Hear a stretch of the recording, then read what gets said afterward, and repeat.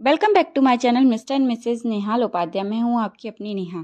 तो बस ये हमारी सुबह हो चुकी है। सुबह आज की स्टार्ट करते हैं हम अपने लड्डू गोपाल के मंदिर से। मैं नहाकर अपने मंदिर में आ चुकी थी, तो बोलिए श्री राधे हरि बोल। तो बस अब मैं अपने कान्हा जी की जो है पूजा कर रही हूँ। मैंने उनको स्नान वगैरह सब करवा दिया था, तो बस अब उनकी पूजा आरती कर रही हूँ।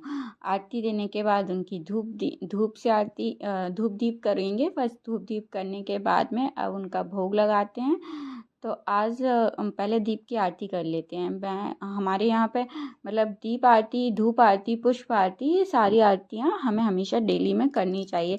अभी गर्मियों का टाइम में पुष्प अवेलेबल नहीं हो पा रहे, और जहाँ मैं हूँ वहाँ पे भी पुष्प फूल वाला फूल देने अभी नहीं आ पाता, तो धूप दीप की आरती तो हम करते ही हैं। बस उसके बाद हम भोग लगाते हैं। जैसे कि आप देख रहे हो कि वीडियो में हाथ का वो उल्टा हाथ पड़ रहा है, तो मैंने उल्टा ये मत सोचिएगा कि आप मैं दोनों हाथों में किस हाथ से भोग लगा रही हूँ।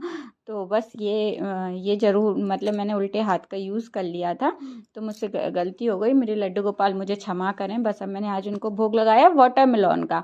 तो आप देख सकते हैं वाटरमेलन का भोग लगाया, क्योंकि जल्दी जल्दी में सुबह इतनी व्यस्तता रहती है, और मैं सच बताऊँ मुझे अभी तक नहीं पता कि उल्टा हाथ कौन सा होता है, सीधा हाथ कौन सा होता है।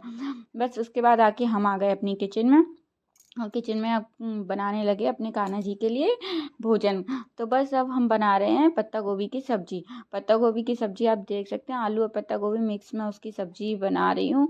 और अभी भी दर्द है पैर में, बट अभी ये है कि पूरा वजन नहीं ले पा रही हूँ। एक पैर पे पैर रख के खड़ी हूँ, तो मतलब एक पैर पे ही वजन ले रही हूँ। बन के रेडी हो चुकी है मेरी पत्ता गोभी की सब्जी। बस गर्मी इतनी लग रही है किचन में, आप देख ही सकते हैं आजकल किचन में कितनी गर्मी है। अब बना रही हूँ मैं रायता, क्योंकि एक सूखी सब्जी के साथ एक गीली भी होना ज़रूरी होता है। दो सब्जियां होती हैं तो सही रहता है। तो बस उसके बाद मेरा बन रहा है रायता। अब मेरा रायता रेडी हो रहा है। रायता रेडी होने के बाद में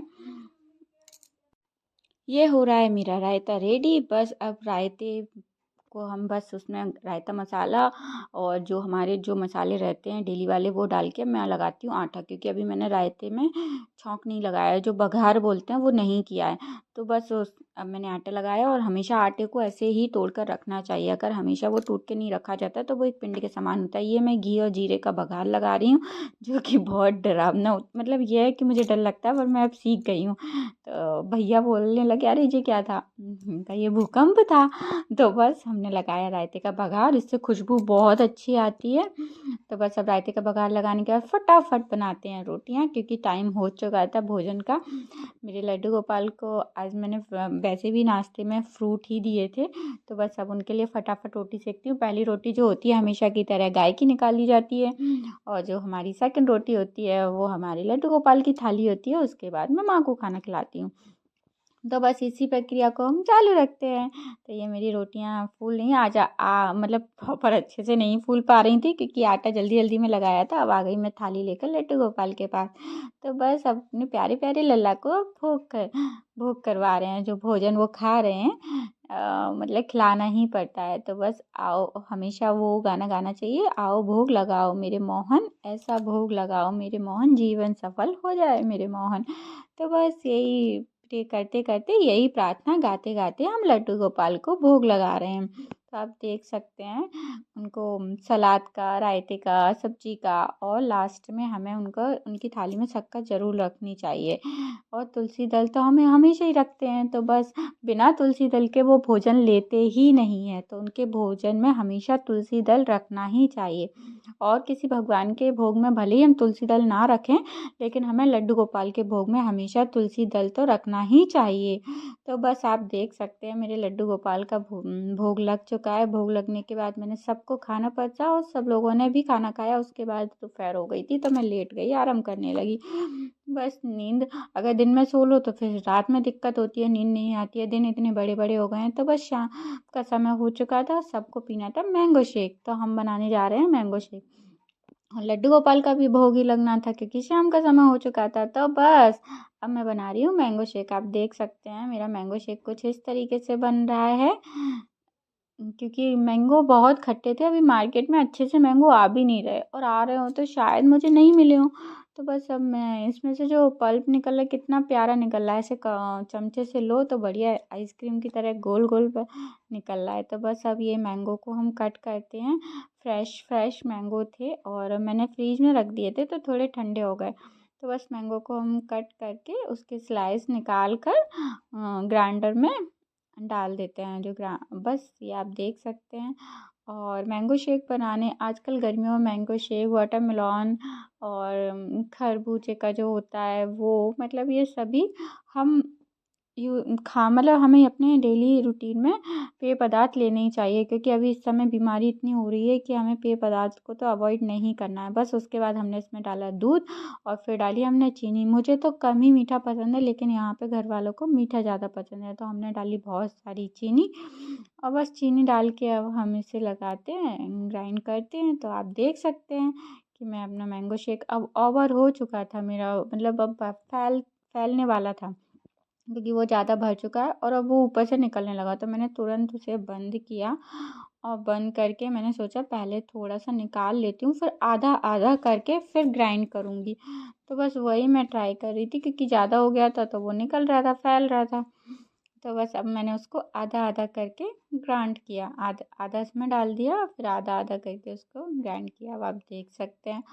और अभी इस समय सभी को नारियल पानी हुआ और सब पानी भी पीना है, मतलब ज़्यादा से ज़्यादा पानी पीना है, क्योंकि इस समय जो हो रहा है ना, हैज़ा हो रहा है, लूज़ मोशन हो रहे हैं, उल्टियाँ हो रही हैं, क्योंकि मौसम, मतलब इतनी जल्दी गर्मी आ गई, टेम्परेचर बहुत हाई हो रहा है। लेकिन एक दो दिन से यहाँ पे हम एमपी में आंधी बारिश के लिए बोला जा रहा है। तो मौसम मतलब क्या बोलते हैं, मानसून एक्टिव हो रहा है। तो बस आप विशेष ध्यान रखिए अपने स्वास्थ्य का। और ये मेरा बन चुका है मैंगो शेक रेडी, आप देख सकते हैं, यम्मी यम्मी सा।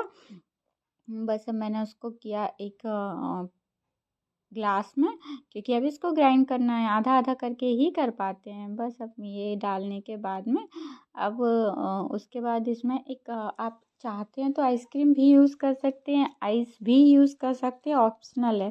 अगर आपके घर में अवेलेबल है तो आप इसमें आइसक्रीम भी डालिए तो टेस्ट और भी अच्छा आता है। और मेरा क्या रहता है ना, मैं जब मैंगो शेक बनाती हूँ ना तो उसमें मैंगो के छोटे छोटे स्लाइस भी डालती हूँ, मतलब अच्छा लगता है पीने में। मार्केट में भी आप मैंगो शेक पियेंगे किसी अच्छी सी शॉप पे, तो वहाँ भी वो छोटे छोटे स्लाइस डालेगा डेकोरेट करने के लिए। अब ये मेरा मैंगो शेक रेडी हो चुका था। तो सबसे पहला जो ग्लास होता है मेरे घर में, कुछ भी बने जो सबसे पहली चीज़ होती है वो निकलती है मेरे कान्हा जी के लिए। तो मैं बहुत ही रेयर चीज़ों में प्याज यूज़ करती हूँ, कान्हा जी के चक्कर में मैं प्याज नहीं यूज़ करती हूँ ज़्यादातर। तो बस अब ये उसमें मैंने डाले मैंगो के छोटे छोटे से स्लाइस। और अब हम ये मैंगो शेक लेके पहुँचते हैं अपने लड्डू गोपाल के पास, क्योंकि अब शाम हो चुकी थी। तो बस उनको उठाया और उनको पिलाया मैंगो शेक।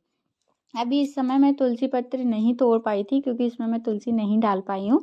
और बिना तुलसी के ही मैंने उनसे बोला क्षमा कीजिए बस आप।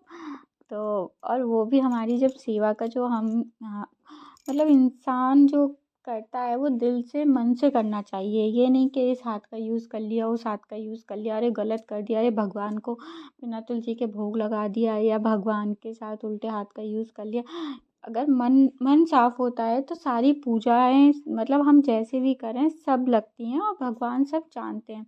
और मेरे कान्हा जी जानते हैं कि उनकी जो भक्त है वो बहुत अनाड़ी है। बस इस तरीके से हमने माँ का, आज मदर्स डे था तो हमने किया माँ का छोटा सा एक मदर्स डे सेलिब्रेशन। तो केक वैसे भी इतना ज़्यादा कोई को पसंद नहीं है, तो हम पेस्ट्रीज लेके आए थे सबके लिए। तो बस हमने माँ को कट करवाई, फिर हमने माँ को केक खिलाया।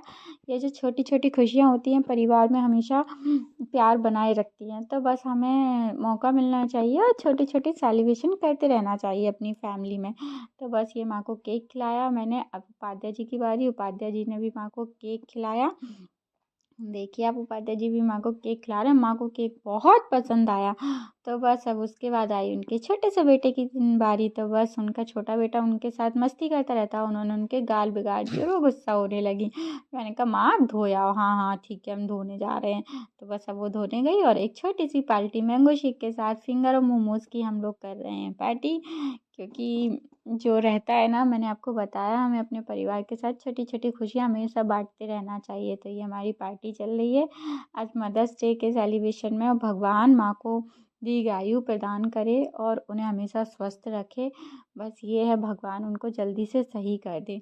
तो बस माँ भी फिंगर खा रही थी और हम लोग भी खाने के बाद अब हम आते हैं सोने के लिए। हम अपने लड्डू गोपाल को शयन करवाए आए थे और डेली डेली का क्या वो रहता है ना, तो बस लड्डू गोपाल को शयन होके मैं अपने रूम में आ गई और फिंगर वगैरह मोमोज खाने के बाद भूख नहीं लग रही थी, भैया को खाना दे दिया तो उपाध्याय जी ने भी खाना खा लिया था। माँ ने मना कर दिया, मैंने भी नहीं खाया। तो बस अब नींद आएगी और काफ़ी रात हो चुकी है, तो सोते हैं। अगर मेरा ब्लॉग पसंद आया तो प्लीज़ लाइक शेयर सब्सक्राइब।